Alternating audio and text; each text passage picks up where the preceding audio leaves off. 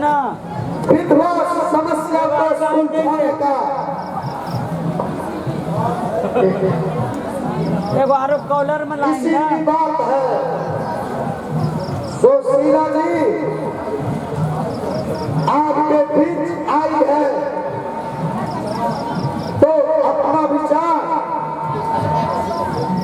आपके समक्ष वो रखेगी। सज्जनों, माताओं एवं बहनों, भाइयों, क्यों लेके मैं क्या कहूँ, इसके पहले गुप्त जी की पंक्तियां याद आती है। हम क्या थे, क्या हो गए, क्या होंगे, आओ विचार करें। ये समस्या अभी भी है। हमारा हिंदुस्तान क्या हुआ, धर्म का आज धर्म कब्रिस्तान बन गया। धर्म के नाम पर जो हो रहा है वो धर्म नहीं अधर्म है। आज तिलक लेना धर्म समझा जाता है। इसमें एक खुशी के गीत गाए जाते हैं और दूसरी तरफ करुणा आवाज।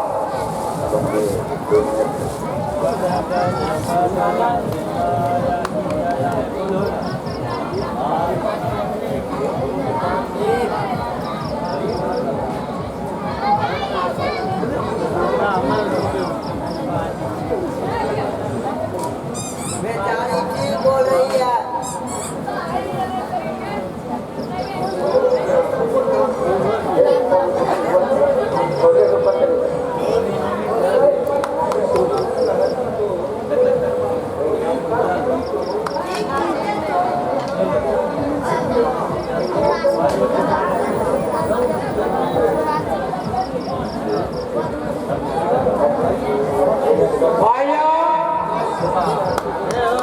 इस समस्या का निराकरण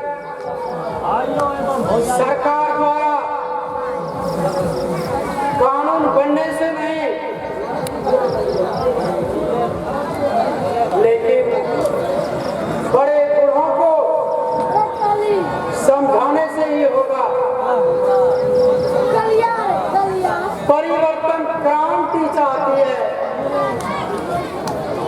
और क्रांति फूल मांगती है। इसके लिए युवा वर्गों को आगे बढ़ना होगा। मैं अपने युवा साथियों से अपील करती हूँ, वे दहेज के पैसे पर देखकर शादी करने से इंतजार। क्या भाई ठीक है ना? बिना दहेज लिए शादी करोगे ना?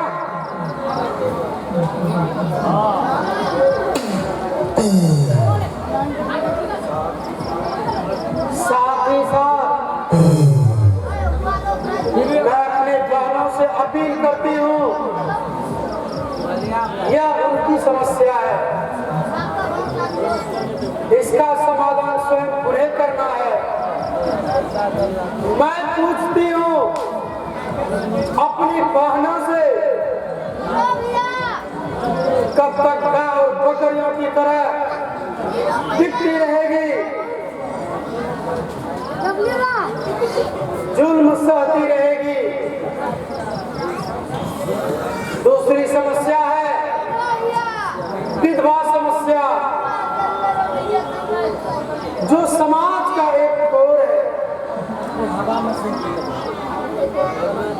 समाज के माथे पर एक कलंक है। यह कैसा धर्म, कैसा विधान जो जिंदा आदमी को मुर्दा बना देती है।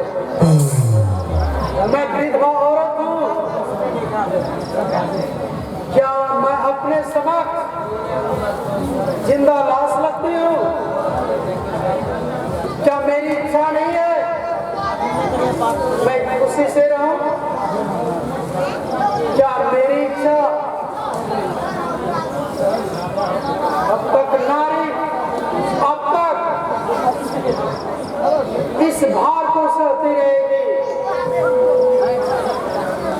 कब तक इस जुल्म के साया में रहेगी?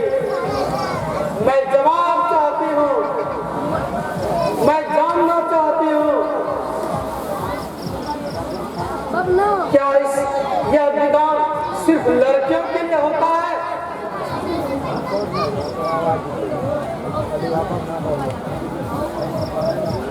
बहन जी, आप चुप करें।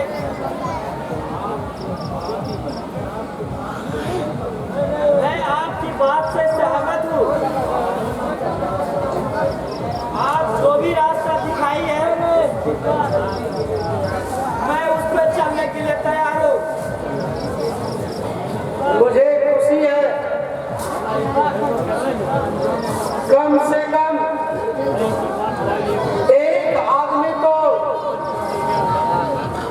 एक आदमी को मिला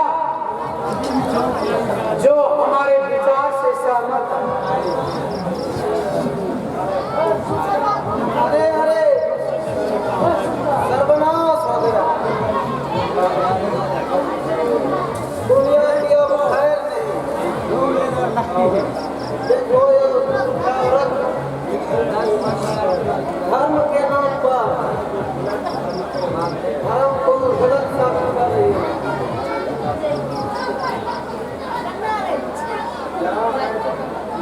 क्या है पंडित जी? पैसा सोच है। हरे हरे सर्वनाश हो गया।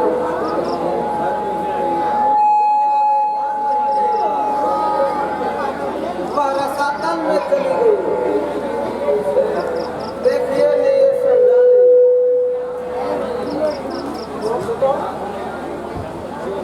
तुम लोग क्या करने आए हो?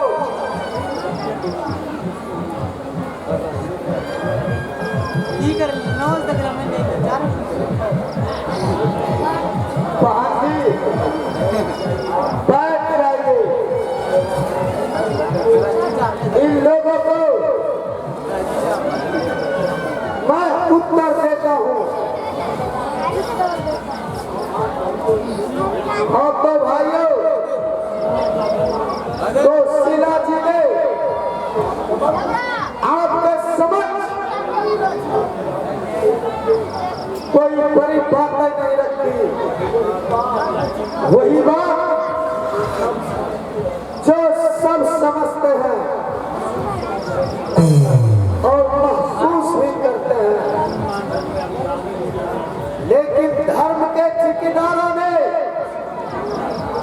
इसका विरोध किया जो संभव नहीं। डीलर साहब,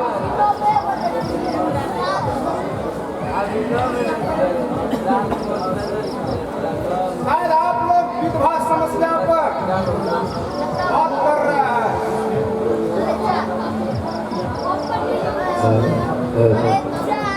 इसके पहले आपने कुछ बताया। मैं पूछता हूँ आपसे, आप विधवा से शादी करने के लिए तैयार हैं?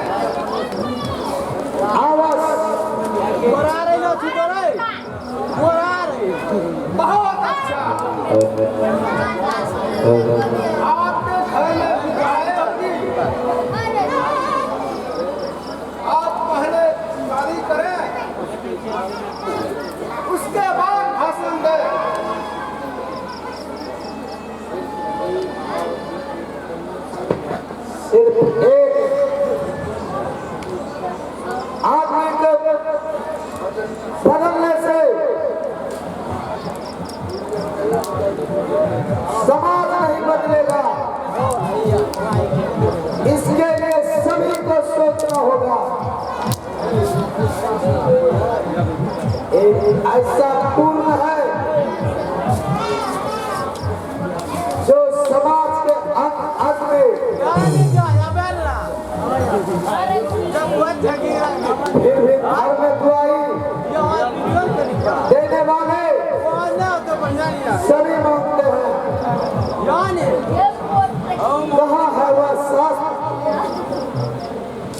ऐसा रखा है,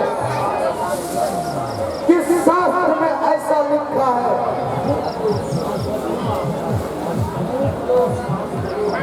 फूक दो उस शास्त्र को, आग लगा दो उस शास्त्र को जो जिंदा आदमी को मुर्दा बनाता है।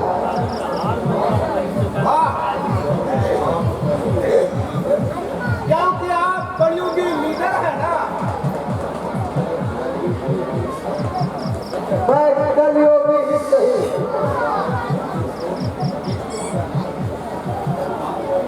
पर मैं बात रखने पर हिचकूंगा नहीं। सत्य पर कोई पर्दा नहीं डाल सकता है।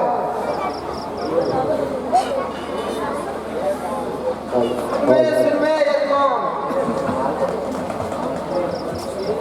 अपने मन से बनाया हुआ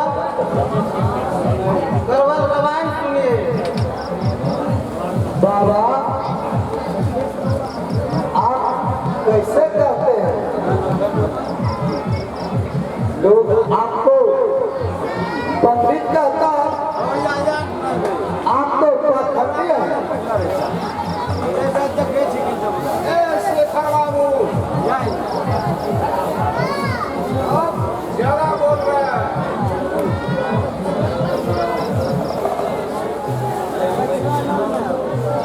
मैं इसी प्रकार ये बोलता रहूंगा जब तक समाज के सुनने वाले सही रास्ते पर न आ जाए। मैं यह नहीं कहता जिस प्रकार कुछ वर्गों में शादी विवाह दुनिया का खेल होता है, लेकिन जो कम उम्र की विधवा है उसे कोई संतान नहीं है, उसकी शादी करने में क्या आपत्ति है? अनार अनार अब नहीं सुना जाएगा मुझसे।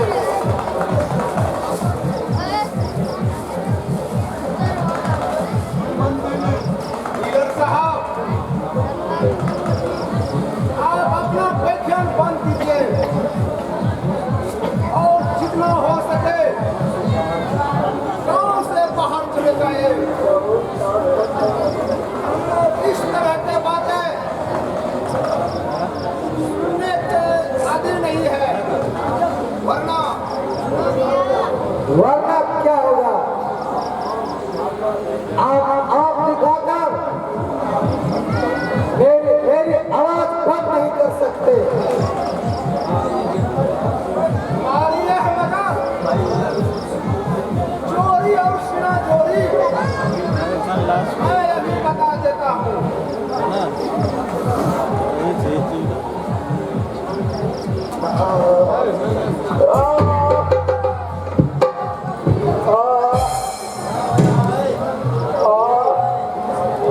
पिताजी, आप गलत कदम उठा रहे हैं। आज नहीं तो कल सच्चाई पर जग कर ही रहेगा।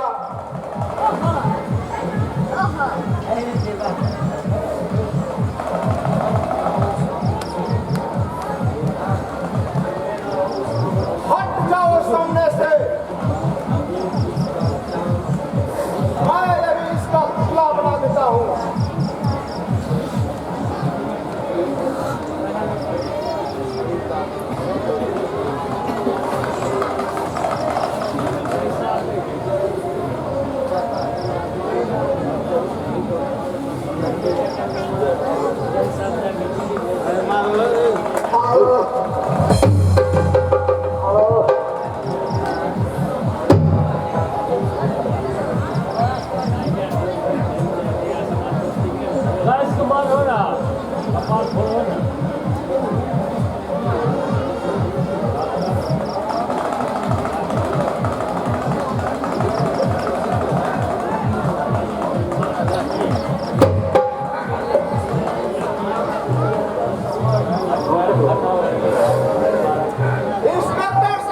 एक बंगले पर बैठे हुए हैं। लाओ कर बुला लाओ। बुलाने की जरूरत नहीं है राय साहब, मैं स्वयं आ गया हूँ। गिद्ध की आंखें 80 योजन तक चली जाती है। कहिए राय साहब क्या बात है?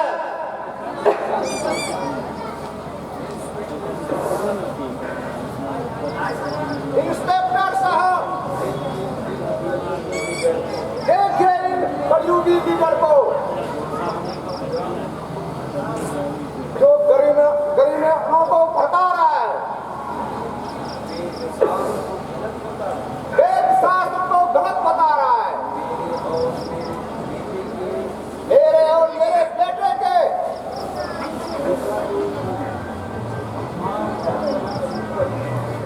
मार पीट कर उतारू हुआ है।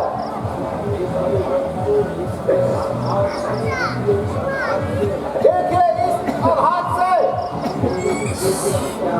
मेरे बेटे की हालत क्या होगी।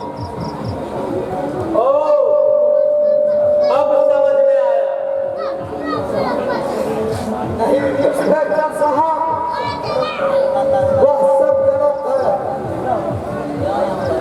गलत क्या है और सही क्या है, इसका फैसला यहाँ नहीं होगा, इसका फैसला न्यायालय में होगा। मैं तुम्हें अपने हिरासत में लेता हूँ।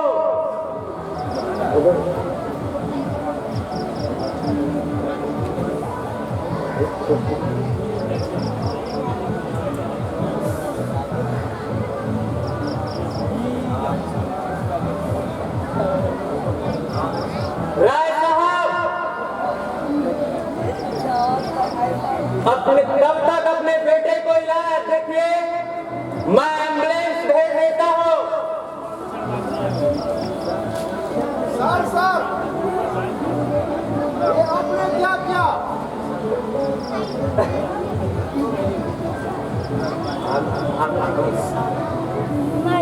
रुकिए। आपका हिस्सा हथकड़ी लगाने का। मैं जा रहा हूँ सुशीला, अब अन्याय और पैसों पर झुकता है। सच को झूठ और झूठ को सच करार देता है। ठीक है सुशीला, इस क्रांति आग को बुझने मत देना, इसे परज्वलित रखना। आज न कल हमारी जीत होगी, हमारा